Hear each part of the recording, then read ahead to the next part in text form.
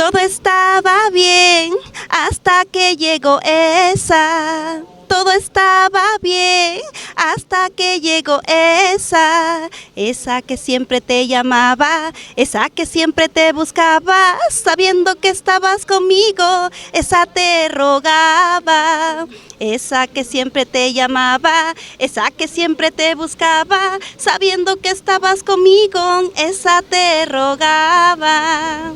Wow, claro que sí. A todo esto dime, Geraldine, ¿y cuánta producción tenemos ya? Mi primera producción, ¿no? Que fue en el 2020 y justo pues nos agarró la pandemia, ¿no? En el momento que íbamos a lanzarlo, íbamos a hacer campañas y todo. Entonces es la primera producción. Bueno, no se pudo pues lanzarlo aún.